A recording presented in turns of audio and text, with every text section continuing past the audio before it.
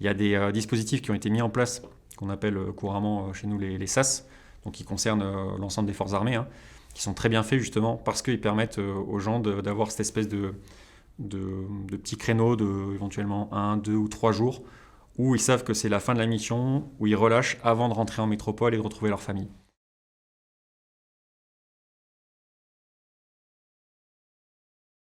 On sait qu'il va y avoir une phase de transition finalement entre ce qu'on vit en opération, où le rythme est très soutenu. Les missions demandent un engagement qui peut être ultime, et le retour en France avec le décalage de la vie familiale et les contraintes du quotidien qui reviennent. Donc déjà au Poitou, les équipages qui rentrent passent par une escale civile où ils vont pouvoir passer une nuit à l'hôtel, manger au restaurant, où ils sont encore dans un environnement connu avec leur équipage, mais en dehors du théâtre. C'est une première connexion à la vie civile. Derrière, ça leur permet d'arriver en général pas trop tard dans la journée et une fois qu'ils ont rangé leur matériel, d'aller chercher les enfants à l'école ou de retrouver leur vie de famille relativement rapidement et sereinement surtout. Voilà. Après, quand il se passe des choses particulières en opération, par exemple lorsqu'on va évacuer justement des blessés ou que les équipages ont fait face à des situations tendues, on va dire, qui a besoin d'un apport psychologique, on va organiser à leur retour des entretiens avec des psychologues.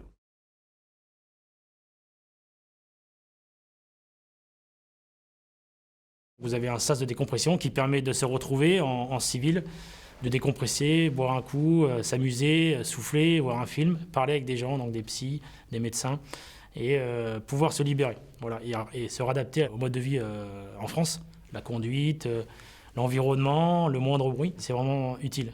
Alors, certes, c'est vraiment important pour un militaire, compliqué à comprendre pour une conjointe, parce qu'elle attend depuis 4 mois le retour de son mari, mais il faut qu'il reste encore 3 jours dans un environnement d'un bel hôtel avec une piscine.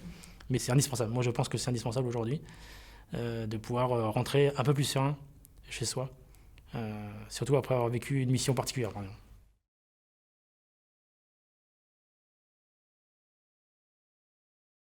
J'ai pas attendu qu'il y ait des SAS, je me suis toujours fait mon SAS moi-même. Et je me donne 2 jours pour remettre les choses à leur place en fait. J'ai besoin de me retrouver seul. Voilà. J'ai besoin de me poser. Pas parce que voilà, je suis pressé de les voir, etc. Mais il y a un moment, j'aime bien rentrer dans mon village natal. Je reprends ma nature d'homme un peu marginale là. Voilà, je m'accorde 48 heures, des fois un peu plus, hein. Pas un mois non plus, hein.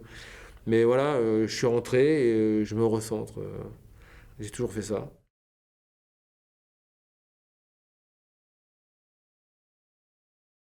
Quand on est en opération, on est intellectuellement orienté sur un but de guerre.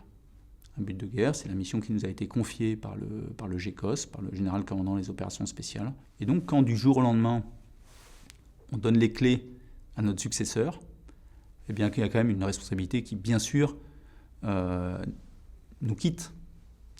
Et donc là, il y a une petite période de transition intellectuelle où il faut savoir oublier telle cible que l'on cherchait absolument. On voudrait bien savoir ce qu'elle va devenir. On voudrait bien savoir est-ce que notre manœuvre de renseignement va aboutir. Mais ça ne nous appartient pas. Maintenant, c'est la propriété de l'officier qui aura pris notre suite. Et donc maintenant, il nous appartient de nous réorienter vers le retour dans nos familles, le retour dans nos autres responsabilités. Et donc là, il faut un petit temps. Il faut savoir lâcher prise, se reposer, profiter un peu des amis, passer des coups de téléphone. Et généralement, on a quelques jours pour faire cette transition et nous forcer à être tout à nos proches au retour. Sinon, ça peut être un peu compliqué.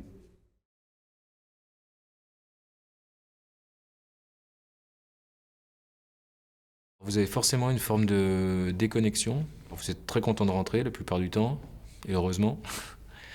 Donc vous retrouvez vos amis, votre famille, vous retrouvez une vie confortable finalement. Vous n'avez plus vraiment de contraintes parce que vous pouvez dormir sans penser pouvoir être réveillé dans la nuit pour décoller sur alerte. Vous faites le tri sur un certain nombre de choses, en fait, les choses graves et pas graves. Donc je pense que ça procure un certain détachement par rapport aux petits tracas du quotidien. donc ce qui est tout à fait positif. Il faut quand même veiller à ne pas être en déconnexion, en marge de la société, parce que finalement, rien ne devient grave par rapport à ce qu'on a pu vivre en opération.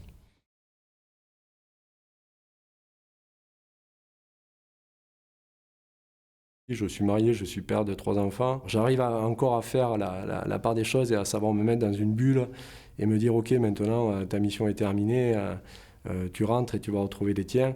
Mais malgré tout, on est marqué quoi, par les événements qui se sont passés. Quoi. Après, c'est un soulagement de revoir ma famille, mais j'ai quand même une petite partie de moi qui est encore des fois sur le théâtre et ça a mis un certain temps à revenir à la normale. Quoi.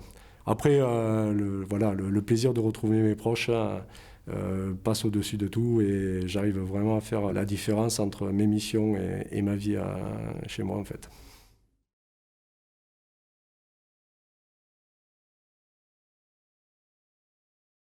En fonction même de la dureté de la mission, le retour peut être plus ou moins compliqué. Et c'est sûr qu'être dans les embouteillages et faire la queue au supermarché, ça peut être quelque chose de très compliqué. Et il y a des choses qui nous semblent dérisoires dans le monde civil parce qu'on était exposé durement quelques jours avant. Quoi.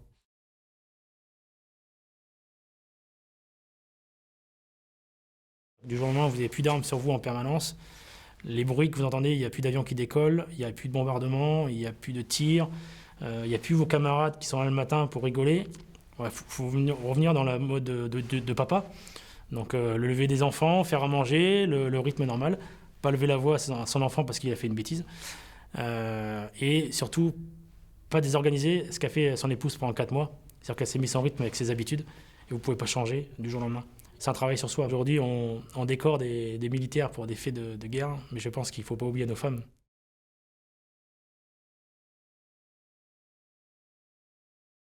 Selon les théâtres et selon l'engagement qu'on a vécu pendant le théâtre, il y a un temps d'adaptation. J'ai passé 4 mois dans des bombes où on prenait une bombe toutes les 15 secondes sur la tête. Toutes les 15 secondes, on avait une bombe qui pétait sur nous pendant 4 mois. Il y a eu une trêve de 24 heures, il n'y a plus une bombe qui est tombée sur la ville. On se sentait en danger, on s'est dit qu'est-ce qui se passe, il y a un truc qui ne va pas. Quand on rentre en France, qu'on a vécu pendant 4 mois là-dedans, c'est simple déjà, vous ne fumez plus une clope sur un balcon pendant à peu près une semaine, parce qu'on se sent vulnérable, même si on est dans notre foyer. C'est l'humain, on s'est créé une bulle de protection, c'est comme ça, on ne peut pas passer d'un théâtre de guerre à un milieu complètement safe, même si on est en famille. Le cerveau a besoin d'un temps d'adaptation. C'est propre à chacun, ça. Chacun le vit et le gère comme il le veut. Mais ce serait se mentir de dire qu'il ne se passe rien. Chaque opération entame quand même le potentiel humain de chaque équipier.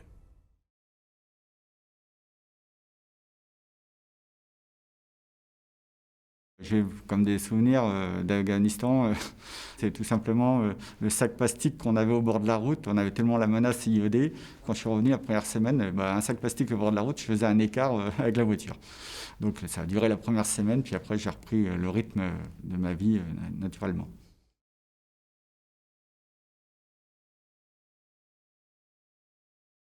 Effectivement, on a envie de repartir. Bon, effectivement, là, il faut laisser la place, mais ouais, on a très envie de repartir. Parce que c'est vraiment donc, en OPEX qu'on voit vraiment la finalité de notre engagement, la finalité de notre formation aussi. C'est ça ce qui nous rend vraiment vivants, je dirais.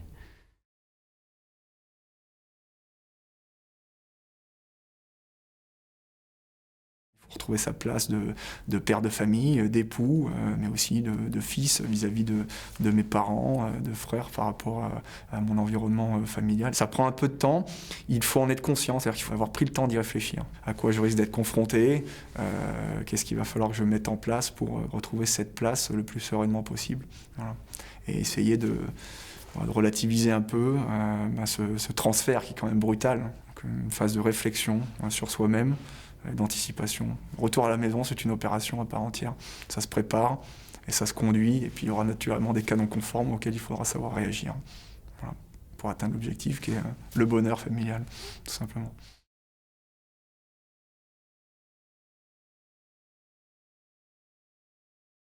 Je fais comme contrat moral et en même temps c'est ma fierté aussi de me dire que le jour où je mets les pieds à la maison, Je suis à 100%, si possible 200% en famille, parce que quand même mon épouse a porté l'ensemble de la famille pendant presque 4 mois. Et moi dire je suis fatigué parce que j'ai fait 4 mois d'Inopex, ce qui est vrai, mais c'est pas entendable. Voilà. Et puis si je reviens en famille, c'est pour réassumer mon rôle de père et de conjoint, et pas pour vivre à la marge de la famille, quand on rentre de missions aussi complexes.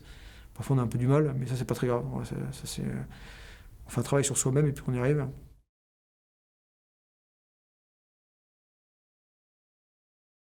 Quand j'ai fini, je rentre, j'ai du temps à rattraper.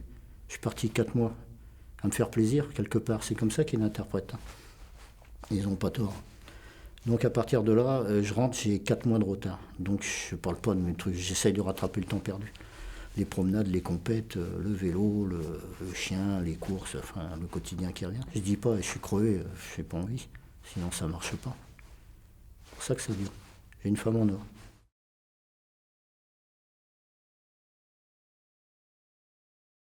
Au niveau familial, c'est pas évident et ça nécessite vraiment, si on est en couple, que le projet soit commun. À titre personnel, on a trouvé notre équilibre avec mon épouse puisque elle a son projet professionnel, j'ai le mien et on se soutient mutuellement. Clairement, mon métier, il est très prenant, il est très exigeant. L'incertitude de peut-être partir dans 24 heures ou dans 48 heures pour une semaine, 2 semaines ou plus, c'est usant au quotidien pour la famille. Elle est auto-entrepreneuse et sa petite entreprise nécessite des installations, nécessite de l'administratif, tout un tas de choses dans lesquelles je m'investis en fait dans mon temps libre. Et un petit peu en donnant entre nous deux. Son métier et sa disponibilité permettent de compenser mes absences. Et à l'inverse, dès que je suis présent, eh bien, je m'investis pour l'aider aussi à rendre son métier plus facile.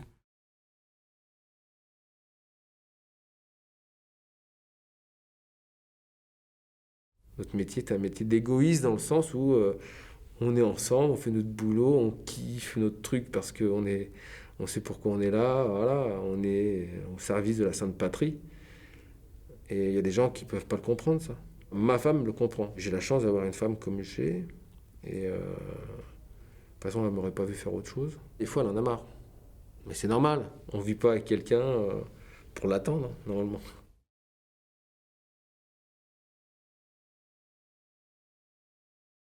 Le plus dur, c'est vraiment le départ, parce que finalement, pendant une longue période, vous avez vécu dans un microcosme avec vos collègues. Vous avez pris un nouveau rythme, des nouvelles habitudes. Il y a un nouvel équilibre qui s'est créé. Et vous êtes impatient toujours de rentrer pour retrouver vos proches, mais vous savez aussi que la vie a continué sans vous, qu'un nouvel équilibre de leur côté aussi s'est réalisé, et que vous allez rentrer et que vous allez venir déranger tout ça. Et du coup, il va falloir à nouveau se réintégrer, retrouver sa place. C'est surtout encore plus délicat quand il y a des enfants, forcément. Que ça soit inconscient ou pas, vous appréhendez encore plus leurs réactions.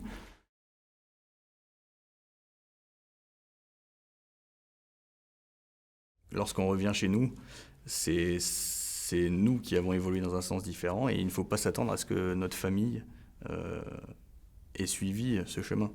Elle est restée sur son chemin qui est constitué majoritairement d'habitudes et de problèmes quotidiens, ou en tout cas aussi de joies quotidiennes, que nous, on n'a pas la chance de vivre. Les premiers pas de votre enfant, parfois, voilà, vous les voyez pas. Mon fils m'a appelé pendant 2 semaines par mon prénom quand je suis rentré d'une mission récemment, quoi, avant de m'appeler papa, quoi. C'est un peu difficile.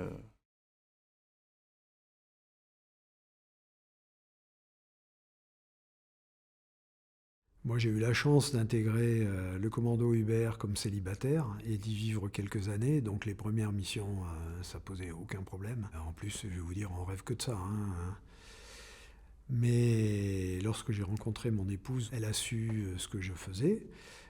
Parce que pour s'engager, il faut avoir des bases.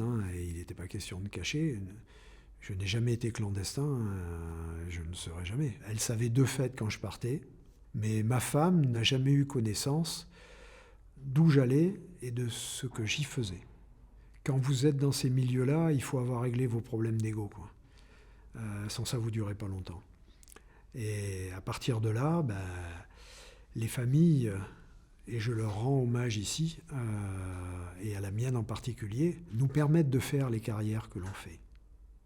Vous ne pouvez effectuer la carrière et les opérations que vous effectuez que si à la maison tout se passe bien. C'est-à-dire que, ben oui, elle doit pleurer quand je ne suis pas là. Elle a des passages à vide, elle est triste, elle a peur, elle est angoissée. Mais elle tient l'édifice.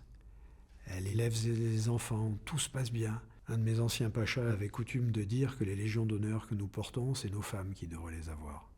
Je me souviens de ma 3e mission au Liban, quand l'alerte est tombée et que j'ai reçu l'ordre de rentrer à Hubert en 1 heure. J'ai regardé ma femme et je lui ai dit c'est parti.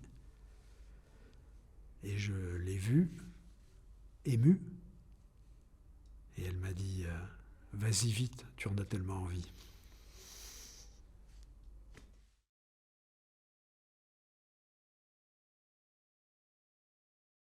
Mon épouse sacrifie beaucoup pour me permettre de faire mon travail. J'en suis très reconnaissant. Ce qu'elle m'offre, en fait, c'est une tranquillité d'esprit quand je pars à l'étranger. J'ai pas de questions à me poser, je sais que tout roule derrière. Et cette tranquillité d'esprit, elle est importante pour moi, mais elle est également importante pour mes camarades. Parce qu'un homme distrait, c'est quelqu'un qui n'emplit plus son rôle à 100% et qui devient du coup potentiellement un danger pour ses camarades. Notre efficacité opérationnelle, en tout cas dans mon cas vraiment, elle dépend de la stabilité de ma cellule familiale.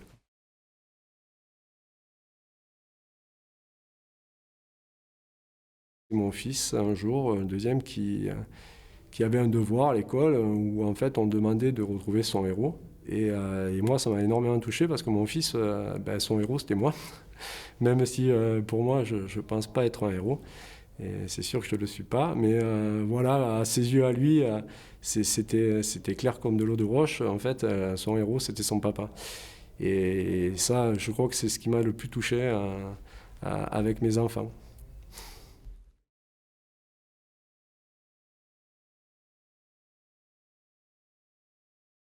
Je me rappelle un jour à Noël, j'avais dit à ma grande, j'avais demandé qu'est-ce qui te ferait plaisir, qu'est-ce que tu voudrais à Noël que papa t'achète ou quoi.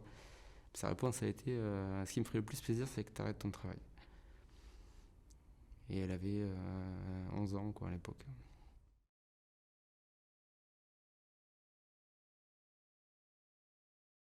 Pour l'instant, mes enfants, ils sont un peu trop jeunes pour que je rentre dans des détails sur ce que je fais réellement. Papa, il est parachutiste et je pense que ça suffit largement. Je pense que plus tard, ils seront capables de comprendre, en fait, ou en tout cas, j'espère, ils seront capables de comprendre ce pourquoi on se donne, ce pourquoi on peut sacrifier une partie de nous, nos enfants, notre famille, notre cocon, mais que le sacrifier, en fait, tout simplement le protéger. Donc, comprendre que en donnant pour le pays, pour la France, pour ces opérations, pour le COS, c'est comme ça qu'on peut les protéger réellement. Ou en tout cas, c'est comme ça que j'espère qu'ils le comprendront.